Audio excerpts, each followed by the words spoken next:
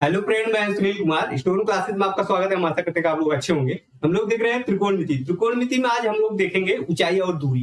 ऊंचाई और दूरी से क्वेश्चन जो है पूछे जाते हैं और ये त्रिकोणमिति का ही भाग है। तो आइए इसके बारे में बेसिक चीजें पढ़ लेते हैं, फिर क्वेश्चन को देखते हैं। इसमें दो टाइप के क्वेश्चन पूछे जाते हैं, हर एग्जाम में क्वेश्चन पूछे जाते हैं। देखिए पहले टाइप में जिस क्वेश्चन में एक एंगल होता है, एक एंगल रहेगा क्वेश्चन में, और दूसरे टाइप के क्वेश्चन में उसमें दो एंगल रहेंगे। तो आइए देखते हैं। पहले आज हम लोग देखेंगे फर्स्ट टाइप जिसमें एक एंगल रहेगा, और इसके अगले वाले वीडियो में हम सेकंड टाइप देखेंगे। तो आइए शुरू करते हैं। उससे पहले थोड़ा बेसिक चीजों के बारे में जान लेना बहुत जरूरी होता है। तो आइए देखते हैं बेसिक चीजें। पहले इसमें आपको उन्नयन कोण के बारे में जानना जरूरी है। उन्नयन कोण और अवनमन कोण दोनों के बारे में जानना बहुत जरूरी है। तो आइए देखते हैं। यहाँ सबसे पहले देखेंगे उन्नयन कोण। उन्नयन कोण, उन्नयन कोण इसे इंग्लिश में बोलते हैं एलिवेशन एंगल। क्या बोलते हैं? एलिवेशन एंगल बोलते हैं। एलिवेशन एंगल बोलते हैं। देखिए जब नीचे से अगर वस्तु ऊपर है, नीचे से ऊपर आप देख रहे हैं, तो वहां पे क्या होगा? उन्नयन कोण होगा। जैसे मान लीजिए आप यहाँ पे खड़े हैं, आप यहाँ पे खड़े हैं और वस्तु यहाँ पर है। आप देख रहे हैं वस्तु ऊपर की ओर। यहां से देखिए आपके आंख से एक आधार रेखा जाएगी इधर, और एक रेखा इधर जाएगी जब आप इसको देखेंगे, इस वस्तु को देखेंगे। अब यहां से इस वस्तु से इस आधार रेखा पर एक लंब खींचा जाता है। यहाँ पे इसको लंब खींचेंगे, यही इसकी ऊंचाई होगी। मान लीजिए आपसे पूछ लिया जाए कि इस वस्तु की ऊंचाई क्या है, तो आपको इसमें से ये आप जहां खड़े हैं और यहां से इसकी दूरी, जैसे मान लीजिए ये पेड़ है, ये क्या है? पेड़ है। आप जहां खड़े हैं वहां से पेड़ की दूरी, ये दूरी, इसमें से आपको एक चीज मालूम रहेगी, या तो दूरी मालूम रहेगी या तो ऊंचाई मालूम रहेगी। एक चीज इसमें मालूम होना बहुत जरूरी है। तो मान लीजिए आप जहां खड़े हैं वहां से इस पेड़ की दूरी कुछ मीटर है, मान लेते हैं 10 मीटर है। अब आपसे ऊंचाई ये पूछ लिया जाता है और ये एंगल आपको दे दिया जाता है। ये एंगल मान लेते हैं अल्फा है और ये ऊंचाई एच है। तो आपको इसी में से ये दिया रहेगा तो ऊंचाई पूछेगा, या ये दिया रहेगा तो ये पूछेगा। कभी कभी दीवार पे सीढ़ी लगा देता है, सीढ़ी। जैसे ये दीवार है, मान लेते हैं दीवार है और यहाँ पे ये सीढ़ी है, तो इसकी भी लंबाई पूछ ली जाती है। तीनों में से कोई भी पूछ लिया जाता है, जिसमें से आपको ये भुजा मालूम होना बहुत जरूरी होता है। मान लीजिए इसमें से ये भुजा मालूम है, तो आप यहाँ पे क्या कर सकते हैं? ये भुजा निकालना है तो tan थीटा लगा सकते हैं। यहाँ अल्फा दिया है तो tan अल्फा लगा सकते हैं। यही जो अल्फा है यही है उन्नयन कोण। ये जो अल्फा है यही है उन्नयन कोण। उन्नयन कोण है मतलब एलिवेशन एंगल है। अब दूसरा टाइप, यहाँ देखिए देखने का आधार पे दूसरा टाइप है। दूसरे टाइप में क्या होता है? आप ऊपर खड़े हैं, आप ऊपर हैं और वस्तु नीचे है, तब देख रहे हैं। जैसे मान लीजिए ये अवनमन कोण के लिए है। अवनमन कोण इसे बोलते हैं एंगल ऑफ डिप्रेशन बोलते हैं, अवनमन कोण। यहाँ देखिए आप मान लीजिए यहाँ पर है, आप यहाँ पर हैं, यहाँ पर हैं और वस्तु मान लेते हैं यहाँ पर है। अब आप देखिए आपके आधार से हमने बताया था, यहाँ से आपके आंख से आधार रेखा जाती है सीधा। जैसे हमने यहाँ पर हम हैं तो हमारे ये आंख से ऐसे सीधा जाएंगे, यहाँ पर उसे हम आधार रेखा बोलते हैं। तो यहाँ पे एक आधार रेखा आएगी सीधा। अब यहाँ से जहां से देख रहे हैं हमारी आंख से इस वस्तु से एक किरण जाएगी, इसको मिलाते हैं। अब देखिए यहाँ से एक लंब डालते हैं, वस्तु से यहाँ पे आधार रेखा पे एक लंब डालते हैं। यहाँ पे लंब डालेंगे तो यहाँ से यहाँ पे लंब मान लेते हैं, यहाँ पाया ये लंब डालते हैं। अब देखिए ये वाला जो एंगल बनेगा, ये वाला एंगल, इसे हम क्या बोलते हैं? अवनमन कोण बोलते हैं। क्या बोलते हैं? अवनमन कोण बोलते हैं।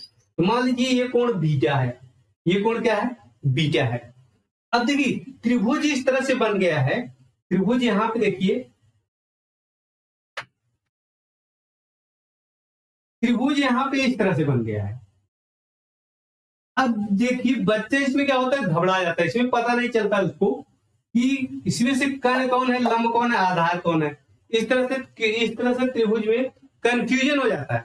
तो कंफ्यूजन नहीं करना है, आपको क्या करना है? अब देखिए यहाँ से इसको बढ़ाइए, इस रेखा को सीधा, और यहाँ से इसको मिला दीजिए, यहाँ से मिला दीजिए। अब देखिए ये दूरी और ये दूरी, ये लंबाई क्या होगी? दोनों क्या होंगे? इक्वल होंगे। तो ये दूरी और इस दूरी के बराबर होगा, ये दूरी इस दूरी के बराबर होगा। तो यहाँ पे ये एच हो जाएगा और यहाँ पे आधार हो जाएगा, ये ऊंचाई हो जाएगी और ये क्या हो जाएगी, आधार हो जाएगी। यहाँ पे आधार मान लेते हैं यक्स है, तो यहाँ पे कंफ्यूजन नहीं होना है। अब एंगल वाली प्रॉब्लम, अब यहाँ पे ये एंगल और ये एंगल ये दोनों क्या होंगे, बराबर होंगे। यहाँ पे एंगल बीटा है तो ये भी क्या होगा, बीटा होगा। इसीलिए यहाँ पे इस तरह से बनाएंगे तो ज्यादा अच्छा रहेगा, आपको सिंपल हो जाएगा। अभी इस त्रिभुज में हमें पता है ये लंब होता है, ये आधार होता है, ये आधार होता है और ये कर्ण होता है, इसमें कंफ्यूजन ही नहीं है। और इसमें देखिए, इसमें जो है हमें कंफ्यूजन हो जाती है, तो बच्चों को इसमें कंफ्यूजन हो जाता है। इसलिए जो एंगल होगा यहीं पे बनाएंगे, हम क्या करेंगे, यहीं पे बनाएंगे, कोई दिक्कत नहीं होगी। ये एंगल क्या होते हैं, बराबर होते हैं, क्योंकि ये दोनों कोण एकांतर कोण है। हमने ये जो है लाइन एंड एंगल में पढ़ाया हुआ है। यहाँ पे जब दो समांतर रेखा है, ये अगर यहाँ पे तिर्यक रेखा इसको काटती है, यहाँ जो कोण बनता है और यहाँ कोण क्या होते हैं, एकांतर कोण होते हैं, और दोनों कोण क्या होते हैं, इक्वल होते हैं। यहाँ पे इस तरह से आप क्या करेंगे, बनाएंगे। ये हो गया उन्नयन कोण और अवनमन कोण के बारे में। अब देखिए इसमें त्रिभुज कौन सा हम प्रयोग कर रहे हैं, समकोण त्रिभुज का प्रयोग कर रहे हैं। किसी भी त्रिभुज का प्रयोग किया जा सकता है, लेकिन समकोण त्रिभुज बहुत सिंपल होता है, इसके बारे में सब बच्चा जानता है। छोटे से इसी त्रिभुज के बारे में हमसे ज्यादा पढ़ाया जाता है और इसी से क्वेश्चन भी आते हैं। तो आइए देखते हैं त्रिभुज के बारे में थोड़ा सा।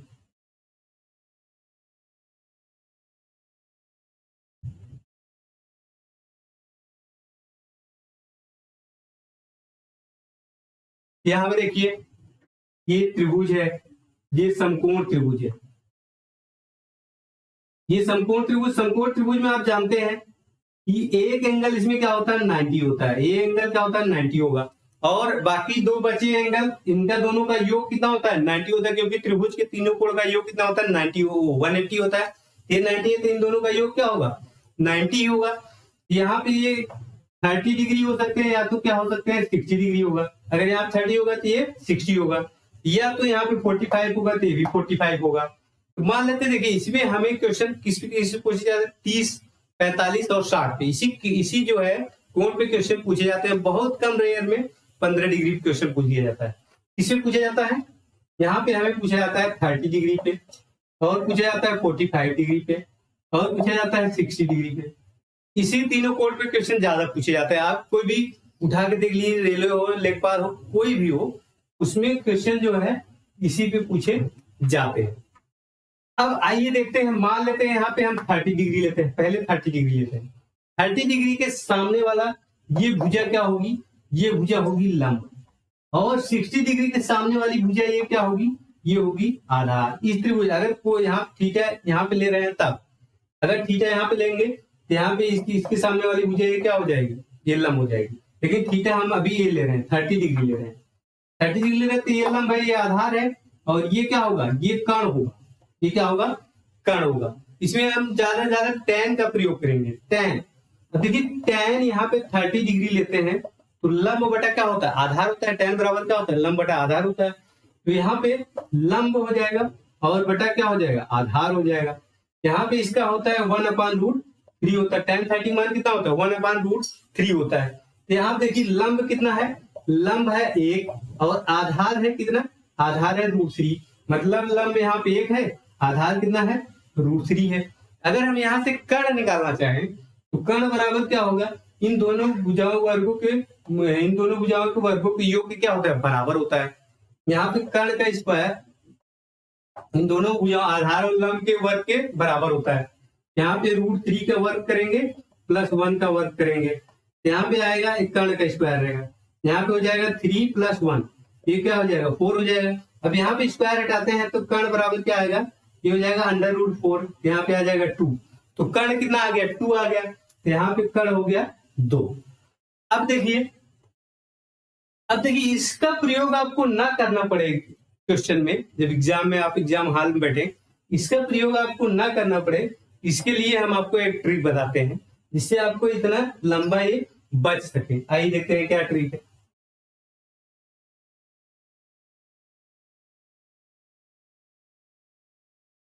अब यहां पे देखिए, ये लंब है, यहाँ पे आधार है, कर्ण है। इसमें 3 चीजें है ना, लंब है, आधार है और कर्ण है। यहाँ देखिए 30 डिग्री सामने वाली भुजा क्या है, लंब है, तो यहाँ पे कोण हम ले लेते हैं 30, यहाँ पे ले लेते हैं 60 डिग्री और यहाँ पे ले लेते हैं 90 डिग्री। तो 30 डिग्री सामने वाली भुजा क्या है? लंब है। तो यहाँ पे ये लंब यहाँ पे लिखा है, लंब है। अब देखिए लंब यहाँ पे क्या है? लंब यहाँ पे 1 है, यहाँ पे 1 हो जाएगा। और यहाँ पे आधार कितना है? आधार √3 है, यहाँ पे √3 हो जाएगा। और कर्ण क्या है? यहाँ पे 2 है। अब इससे क्या फायदा होगा? इससे ये फायदा होगा कि अगर आपको ये दीवार मानते दीवार है, ये दीवार की ऊंचाई आपको दे दिया जाए, दीवार की ऊंचाई आपको दे दिया जाए कि दीवार की ऊंचाई यहाँ 6 मीटर है, 6 मीटर मतलब 1 बराबर आपको 6 मीटर दे दिया गया है। यहाँ 1 बराबर आपको 6 मीटर आ गया। अब आपसे पूछ लिया जाए कि ये दीवार की जो सीढ़ी लगी है, ये सीढ़ी की लंबाई कितनी होगी? सीढ़ी की लंबाई देखिए 1 बराबर यहाँ पे कितना अच्छा है, यहाँ पे 2 बराबर क्या होगा? यहाँ पे 1 बराबर 6 है, तो 2 बराबर हमें चाहिए क्योंकि कर्ण 2 है, तो 2 का गुणा कर दीजिए। तो 2 का गुणा कर देंगे तो 6 दूनी 12। तो सीढ़ी की लंबाई कितना हो जाएगी? 12 मीटर। तो जो अभी हमने आपको बताया उसको करने से आप बच गए। देखिए कितना आपको ये दे दिया जाए, तो दीवार की ऊंचाई दे दिया जाए, सीढ़ी की लंबाई आपसे पूछा जाए तो बहुत सिंपल हो जाएगा। यहाँ देखते ही आप क्या कर सकते हैं? आंसर कर सकते हैं। अगर आपको दे दिया जाए कि दीवार से यहाँ सीढ़ी के पास की लंबाई दे दिया जाए, मान लेते हैं 6 मीटर ये लंबाई मान लेते हैं, ये सीढ़ी के पास से दीवार की पास की लंबाई ये क्या है? 6 मीटर दे दिया है, मान लेते हैं ये 6 मीटर है। देखिए √3 बराबर 6 मीटर दिया है, √3 बराबर यहाँ पे 6 मीटर दिया है। अब देखिए √3 बराबर 6 मीटर दिया है, यहाँ पे हमें 1 लाना है, तो 1 बराबर क्या हो जाएगा? 6 से √3, 6 अपान ये इधर जाके भाग हो जाएगा, √3 हो जाएगा। अब यहाँ पे कैंसिल करेंगे, यहाँ पे 1 बराबर क्या आएगा? 2√3 आएगा, क्योंकि इसको 2 गुणे 3 लिख सकते हैं। 3 से देखिए 2 गुणे इसको √3 गुणे √3 लिख सकते हैं, इस तरह से लिख सकते हैं, क्योंकि ये 3 हो जाएगा। यहाँ पे एक रूट से यहाँ पे कट जाएगा, एक रूट से कट जाएगा, 2√3 बचा है, 2√3 बचा है। यहाँ पे देखिए अब यहाँ पे सीढ़ी के पास से दीवार की लंबाई आपको 6 मीटर दे दी गई है, और यहाँ से आपको कुछ भी पूछ दिया जाए, यहाँ पे ये पूछ लिया जाए कि इसका जो है ऊंचाई कितनी है, दीवार की ऊंचाई कितनी है, या तो सीढ़ी की लंबाई पूछ ली जाए। अगर सीढ़ी की लंबाई पूछ ली जाएगी तो यहाँ देखिए 1 बराबर 2√3 है, 2 बराबर क्या है? 2 का इसमें गुणा कर दीजिए, तो 2 गुणा इसमें करेंगे तो 2 आ जाएगा, 2 बराबर यहाँ पे आएगा 2 दूनी 4 हो जाएगा, 4√3। यहाँ सीढ़ी की लंबाई कितना आएगी? 4√3 आ जाएगी। तो इस तरह से देखिए कितना सिंपल सा है, आपको कुछ नहीं करना पड़ा, आपको डायरेक्ट जो है देखते ही आंसर निकाल सकते हैं। अगर ये समझ नहीं आया तो क्वेश्चन आएगा, उसमें हम बता देंगे कैसे होता है, क्वेश्चन में और समझ में आ जाएगा। आइए आगे देखते हैं। मान लेते हैं यहाँ पे एंगल हमने 30 लिया तो ये होगा, यहाँ पे ऐसा रहेगा 1√3 और यहाँ पे 2 रहेगा। अगर मान लेते 60 ले लेते, यहाँ पे एंगल 60 ले ले, मान लेते हैं ये एंगल 60 है, ये एंगल 60 है, यहाँ पे एंगल 60 हो गया तो ये 30 होगा, ये एंगल कितना होगा? 30 होगा, क्योंकि ये 90 है, इन दोनों का योग कितना होना चाहिए? 90 होना चाहिए। यहाँ 60 है तो ये 30 है। अब देखिए अब 60 के सामने वाली भुजा, यहाँ 60 डिग्री के सामने वाली भुजा क्या है? लंब है। यहाँ पे ये क्या है? लंब है, और ये क्या है? आधार है। तो 60 डिग्री के सामने वाली भुजा क्या है? लंब है, तो यहाँ पे कोण कितना रहेगा? 60 डिग्री। और यहाँ पे देखिए 30 डिग्री के सामने वाली भुजा क्या है? आधार है, तो 30 डिग्री यहाँ पे 30 डिग्री रहेगा। कर्ण तो वही रहता है, कर्ण क्या रहेगा? वही रहेगा। अब देखिए यहाँ पे tan 60 लेंगे, tan 60 डिग्री लेंगे, तो यहाँ बराबर होता है लंब बटा आधार। लंब बटा क्या होता है? आधार होता है। अब tan 60 का मान क्या होता है? √3 होता है। √3 बटा 1 कर लेंगे तो कोई दिक्कत नहीं होगा, बटा कर लीजिए, गुणा कर लीजिए, 1 से भाग कर दीजिए, गुणा कर दीजिए, कोई दिक्कत नहीं होती। यहाँ भाग कर लीजिए, यहाँ पे होता है लंब बटा आधार। अब देखिए लंब यहाँ पे √3 है, तो लंब यहाँ पे √3 हो गया, और आधार क्या है? 1 है, आधार यहाँ पे 1 हो गया। अब कर्ण तो वही रहेगा, देखिए कर्ण तो 2 ही आएगा, निकालेंगे कर्ण क्या आएगा? 2 ही आएगा। यहाँ पे देखिए अब इतना बड़ा प्रोसेस करने से बचने के लिए हम क्या करेंगे, यहाँ पे देखिए क्या करते हैं। अब देखिए लंब यहाँ पे क्या है? लंब यहाँ पे √3 है, यहाँ पे ये आएगा √3, और यहाँ पे आधार क्या है? आधार 1 है। जब 60 डिग्री ले रहे हैं तो आधार यहाँ पे 1 है, कर्ण 2 रहेगा, तो कर्ण यहाँ पे क्या रहेगा? 2 रहेगा। अब आपसे पूछ लिया जाए यहाँ पे आपको कोण 60 दीजिए। अब आपसे पूछ लिया जाए यहाँ से दीवार से यहाँ तक की दूरी, दीवार सीढ़ी के पास से दीवार की दूरी 6 मीटर दे दीजिए। 6 मीटर कुछ भी ले लीजिए, यहाँ पे मान लीजिए 6 मीटर है। यहाँ पे एक बराबर आपको 6 दे दिया है, एक बराबर आपको 6 दे दिया है। यहाँ देखिए यहाँ से इसकी दूरी कितना है, 6 दे दिया है। ये दूरी कितनी है, 6 है। अब आपसे क्या पूछ लिया जाए, आपसे पूछ लिया जाए सीढ़ी की लंबाई, एक बराबर 6 है, 2 बराबर क्या हो जाएगा, 12 हो जाएगा। या तो आपके यहाँ पे दीवार की ऊंचाई पूछ लिया जाए तो ऊंचाई क्या होगी, यहाँ पे इसमें गुणा कर देंगे, एक बराबर क्या है 6 है, तो यहाँ √3 बराबर क्या होगा, यहाँ पे 6√3 हो जाएगा। तो देखिए कितना आसान, इस तरह से जो है आप इसको क्या कर सकते हैं, बहुत आसानी से हल कर सकते हैं। देखिए अगर आपको ये समझ में नहीं आया तो कोई दिक्कत नहीं है, आगे क्वेश्चन में आएगा तो समझ में आ जाएगा, नहीं तो एक तरीका और बताएंगे। आइए देखते हैं दूसरा। अब यहाँ पे देखिए, अब एंगल अगर 45 ले लेंगे, अगर 45 लेंगे तो ये एंगल क्या होगा, दोनों क्या होंगे, इक्वल होंगे, दोनों क्या होंगे, बराबर होंगे। आइए 45 लेते हैं एंगल को।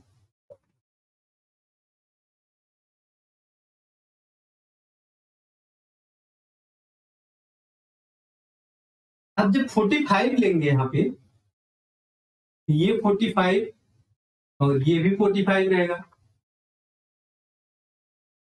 अब देखिए, अब यहाँ पे 45 हो जाएगा और ये भी 45 हो जाएगा। अब tan 45 मान क्या होता है, tan 45 मान 1 होता है। tan 45 मान यहाँ पे 1 होगा, लंब बटा आधार होता है। tan बराबर लंब बटा आधार, और tan 45 मान क्या होता है, 1 होता है। तो 1 बटा 1 लिख सकते हैं। इसमें अभी हमने बताया भाग दो, गुणा करो, एक से कोई मतलब नहीं होता। यहाँ पे हो गया लंब, हो गया ये हो गया आधार। यहाँ देखिए लंब एक है और आधार भी एक है, यहाँ पे कोण बराबर रहेगा तो उसके सामने वाली भुजा भी बराबर है, हमने त्रिभुज में ये बताया हुआ है। यहाँ पे लंब कितना हो गया, 1 हो गया, आधार कितना हो गया, 1 हो गया। तो कर्ण कितना हो जाएगा, कर्ण √2 आ जाएगा। कर्ण कैसे निकालेंगे, यहाँ देखिए कर्ण का स्क्वायर बराबर इन दोनों भुजाओं के वर्गों का योग क्या होता है, बराबर होता है। तो कर्ण का स्क्वायर बराबर 1 का स्क्वायर प्लस 1 का स्क्वायर। अब देखिए 1 का स्क्वायर करिए, कुछ भी करिए 1 ही रहेगा। यहाँ पे कर्ण स्क्वायर बराबर क्या होगा, 1 + 1 बराबर कितना हो जाएगा, 2। कर्ण का स्क्वायर हटाते हैं तो ये रूट में आ जाएगा। तो कर्ण बराबर यहाँ पे क्या आ गया, √2 आ गया। तो कर्ण बराबर यहाँ पे आ गया √2। अब देखिए इतना बड़ा प्रोसेस करने से बचने के लिए हमें क्या करना पड़ेगा, यहाँ पे हमें करना पड़ेगा, अब देखिए 45 सामने वाली भुजा क्या है, दोनों आधार और लंबाई बराबर है, तो कुछ भी लीजिए। यहाँ पे लंब भी एक रहेगा, आधार भी एक रहेगा, और यहाँ पे कर्ण कितना रहेगा, √2 रहेगा। अब इसमें आपसे पूछ लिया जाए, ये की लंबाई दे दी जाए, दीवार की लंबाई मान लीजिए, दीवार है या पेड़ है कुछ भी रहेगा, उसकी लंबाई दे दी जाए कि इसकी लंबाई कितना है, यहाँ पे 10 मीटर है, इसकी लंबाई कितना है, 10 मीटर है। अब आपसे पूछ लिया जाए कि यहाँ पे इसके आधार से यहाँ तक की दीवार की दूरी कितनी है, ये दूरी पूछ ली जाए, तो दोनों क्या है, बराबर है, तो 10 ही मीटर रहेगा। मतलब ये 10 मीटर रहेगा तो ये भी 10 मीटर रहेगा। अगर आपसे ये वाली जब मान लीजिए सीढ़ी है, ये सीढ़ी की लंबाई आपसे पूछ लिया जाए, तो यहाँ देखिए 1 बराबर 10 है, 1 बराबर 10 है, √2 बराबर क्या होगा, तो दोनों तरफ √2 गुणा कर दीजिए, tan √2 आ जाएगा। तो देखिए कितना सिंपल है। तो इस तरह से क्या कर सकते हैं, बहुत आसानी से आंसर कर सकते हैं, उतना बड़ा प्रोसेस करने से बच जाएंगे अगर ये ध्यान में रहेगा। ये जो है बेसिक जानकारी हो गई है। इसमें टाइप फर्स्ट में है, टाइप फर्स्ट में एक ही एंगल रहेगा, या एक ही या तो आपको उन्नयन कोण दिया रहा है एक एंगल, या तो अवनमन कोण दिया जाएगा। अगर नीचे से देखा जाएगा तो वहां पे उन्नयन कोण रहेगा, ऊपर से देखा जाएगा तो वहां से अवनमन कोण रहेगा। बस इतना ही आपको ध्यान रखना है। आइए क्वेश्चन को देखते हैं, ज्यादा समझ में आएगा। आइए देखते हैं क्वेश्चन को। देखिए क्वेश्चन में, पहले क्वेश्चन में क्या बोल रहा है, एक दीवार के सहारे तिरछी खड़ी हुई सीढ़ी का उन्नयन कोण 45 है और इसका निचला सिरा दीवार से 10 मीटर की दूरी पर है। सीढ़ी की ऊंचाई जाती है। देखिए कितना सिंपल है, आइए देखते हैं।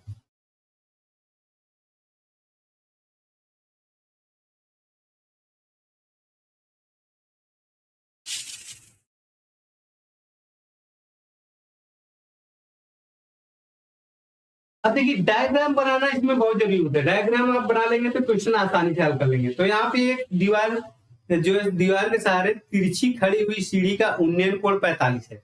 मान लेते हैं ये यहाँ पे एक दीवार है, ये दीवार है, दिख रहा है, ये दीवार है और यहाँ से ये जमीन है, यहाँ से एक सीढ़ी खड़ी है, यहाँ पे एक सीढ़ी, ये तिरछी सीढ़ी यहाँ पे खड़ी है।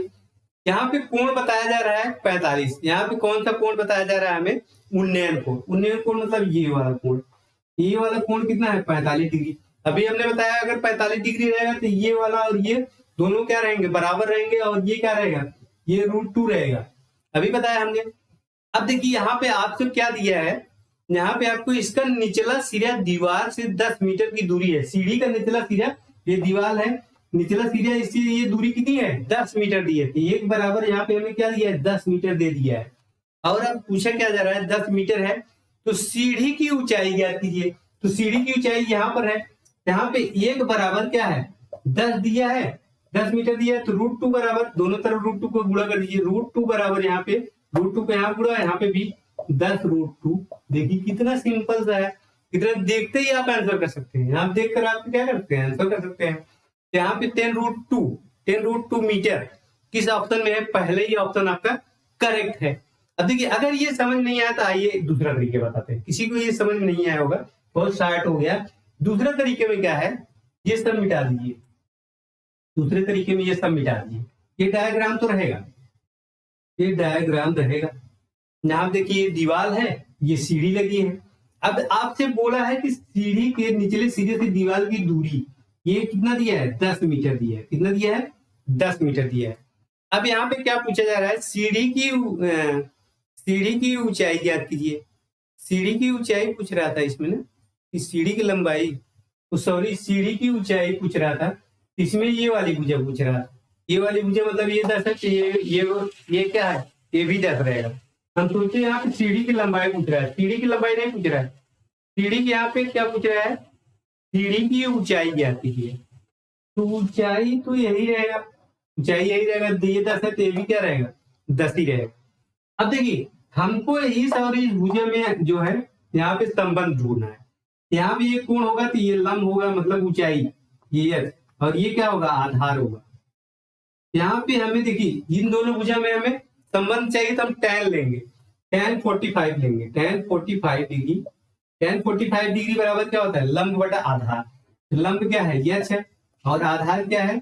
10 है। यहाँ tan 45 मान 1 होता है, यहाँ पे h है अपान 10।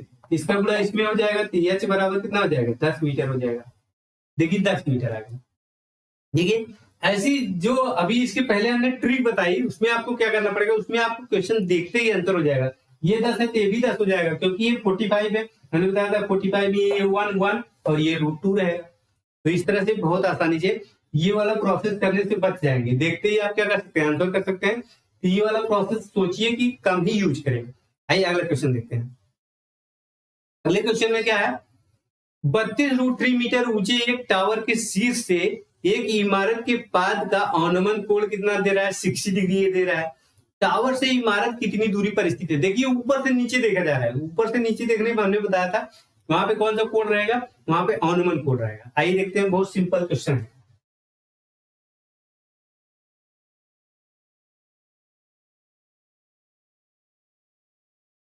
मान लेते हैं ये क्या है? ये है टावर। ये क्या है? देखिए टावर दिया है ना, टावर है। हाँ ये टावर है, और यहां से मान लेते हैं एक इमारत है। यहाँ पे एक इमारत है, इमारत है इतनी ऊंची।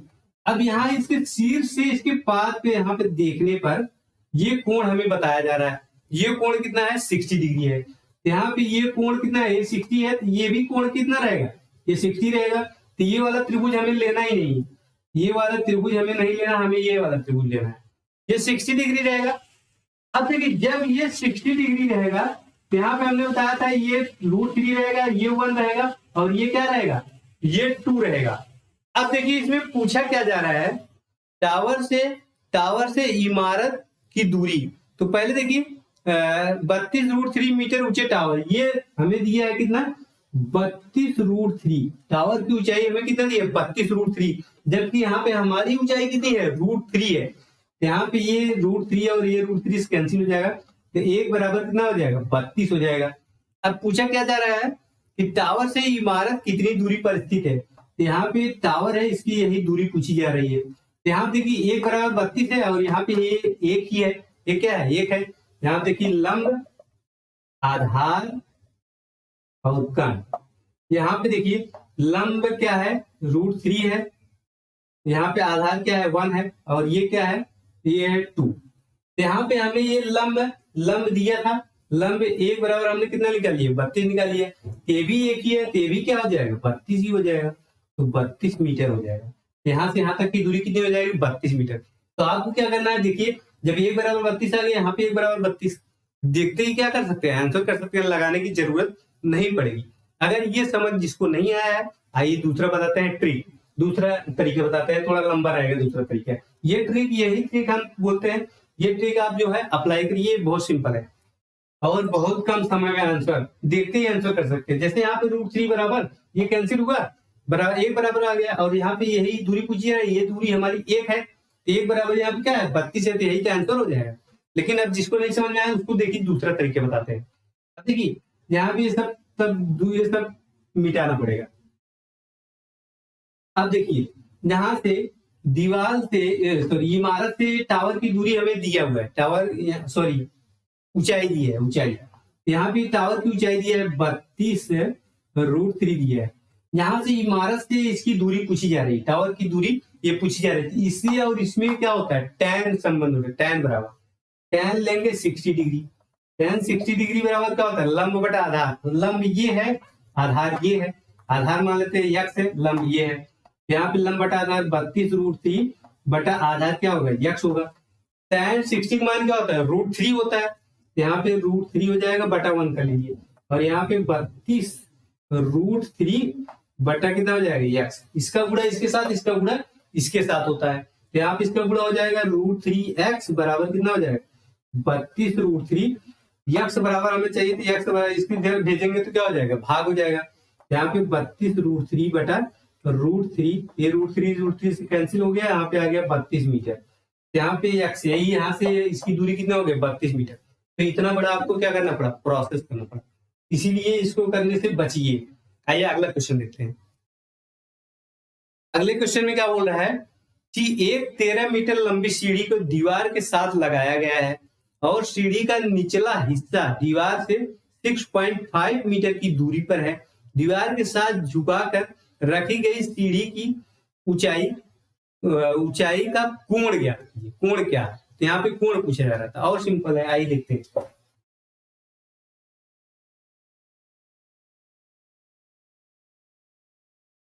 देखिए अभी हमने आपको एक चीज बताया था, यहाँ पे जैसे ये मान लीजिए, यहाँ पे क्या बोला जा रहा है, ये 13 मीटर लंबी सीढ़ी है, ये दूरी दे दिया है, ये दूरी कितना दिया है 13 मीटर दिया है, और क्या दिया है, यहाँ पे सीढ़ी का निचला हिस्सा दीवार से ये सीढ़ी का निचला हिस्सा है दीवार से, ये कितनी दूरी पे है 6.5 है, 6.5 है।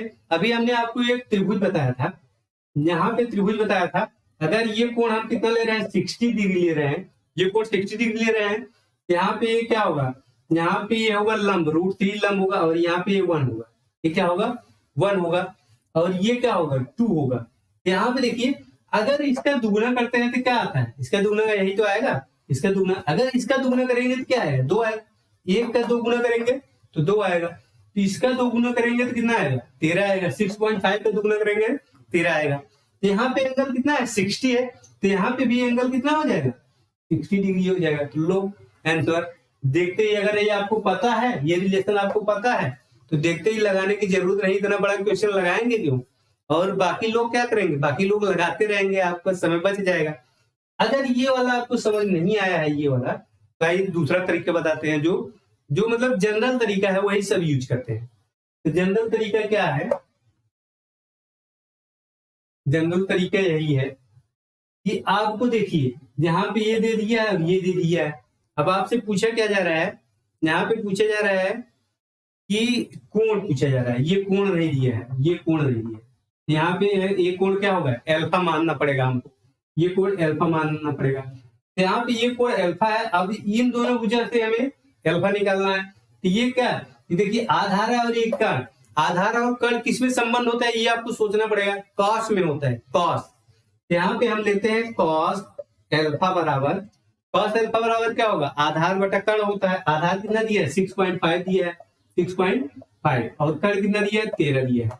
अब इसको कैंसिल करेंगे तो कितना आएगा, cos अल्फा बराबर आएगा 1/2, क्योंकि यहाँ 65 का दुगुना कितना होता है, 13 होता है, तो कैंसिल होगा तो 1/2 आएगा।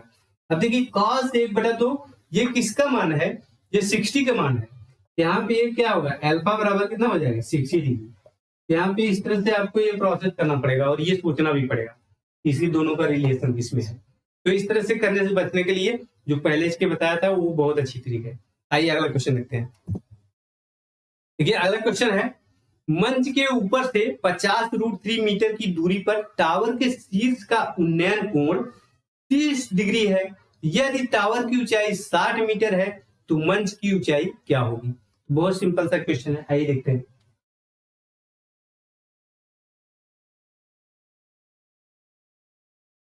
यहां देखिए एक मंच बनाया है, तो मंच मान लेते हैं इतना ऊंचा मंच होगा। यहाँ पे मंच बनाया है और यहाँ पे एक टावर है, ये जमीन है, ये क्या है, जमीन है। यहाँ पे मंच बना हुआ है और यहाँ पे एक टावर है। मंच से इस टावर को देखते हैं, यहाँ देखिए ये आदमी खड़ा रहेगा तो इसकी आंख से एक आधार रेखा निकलेगी। इसका उन्नयन कोण कितना बन रहा है, उन्नयन कोण यहाँ पे बन रहा है कितना डिग्री, 30 डिग्री है। ये कोण हमें दे दिया है 30 डिग्री। अभी हमने आपको बताया था 30 डिग्री में ये क्या होता है, ये होता है 1 और ये होता है √3 और ये होता है 2 होता है, ये संबंध होता है। अब यहाँ पे टावर की ऊंचाई हमें दिया है, यहाँ देखिए मंच के ऊपर से 50√3 की मीटर की दूरी, तो ये दूरी हमें दिया है मंच से यहाँ इसकी टावर की दूरी।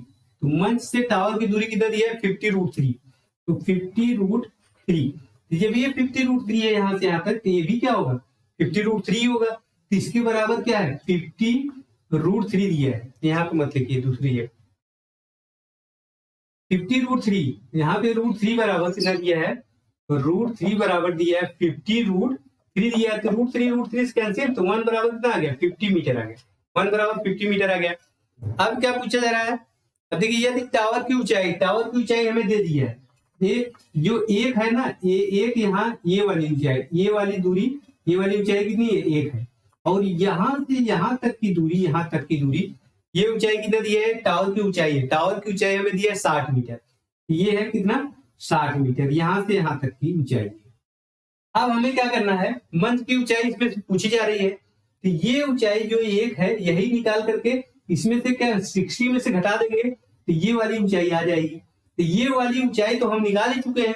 यहाँ देखिए ये ऊंचाई 1 है, तो 1 बराबर हमारा कितना आ गया, 50 मीटर आ गया, और यहाँ से यहाँ तक 60 है, तो यहाँ से यहाँ घटा दीजिए तो ये ऊंचाई आ जाएगी। तो 60 माइनस 50 कर देंगे तो कितना आएगा, 10 मीटर। यहाँ मंच की ऊंचाई कितनी आ गई, ये 10 मीटर आ गई, ये मंच की ऊंचाई है 10 मीटर। देखिए कितना सिंपल है। इस तरह से ये तो हमने आपको बताने के लिए कर दिया, अगर आप करेंगे तो आपको कुछ करना नहीं रहेगा, क्योंकि देखिए इसके बराबर आपको कितना दिया है, इसके बराबर यहाँ पे 50√3 दिया है, तो √3 से कैंसिल हो जाएगा, यहाँ पे आ जाएगा ये, यहाँ पे ये कितना आ गया, 51 बराबर 50 आ गया, तो ये ऊंचाई 50 हो गई। तो यहाँ से यहाँ तक की ऊंचाई 60 है, तो यहाँ से यहाँ तक की ऊंचाई घटा देंगे तो ये ऊंचाई आ जाएगी। तो देखते हुए क्या कर सकते हैं, आंसर कर सकते हैं, बहुत सिंपल है। अगर जिसको नहीं समझ में आया तो दूसरा तरीका इसमें अप्लाई कर सकते हैं, दूसरा तरीका जो है अप्लाई करेंगे तो थोड़ा टफ हो जाएगा, इसीलिए ये तरीका अपनाइए तो बहुत अच्छा रहेगा। आइए अगला क्वेश्चन देखते हैं। तो दोस्तों इसमें अगला क्वेश्चन नहीं है, देखिए इसमें हमने फर्स्ट टाइप के क्वेश्चन पढ़ लिए, फर्स्ट टाइप में जिसमें एक एंगल रहता है, देखिए क्वेश्चन में सभी में एक ही एंगल रहेगा। अब अगले वीडियो में हम क्या करेंगे, जिसमें क्वेश्चन में 2 एंगल रहेंगे उस टाइप के देखेंगे, दोनों टाइप पढ़ लेंगे, तो फिर जो प्रीवियस ईयर में क्वेश्चन रेलवे में पूछे गए हैं उसको देखेंगे। तो दोस्तों इस वीडियो में इतना ही, आगे हम नेक्स्ट वीडियो में देखेंगे। वीडियो आपको कैसा लगा हमें कमेंट करके जरूर बताइए, अगर अच्छा लगा तो लाइक कीजिए, शेयर कीजिए और चैनल को सब्सक्राइब कीजिए। वीडियो देखने के लिए धन्यवाद।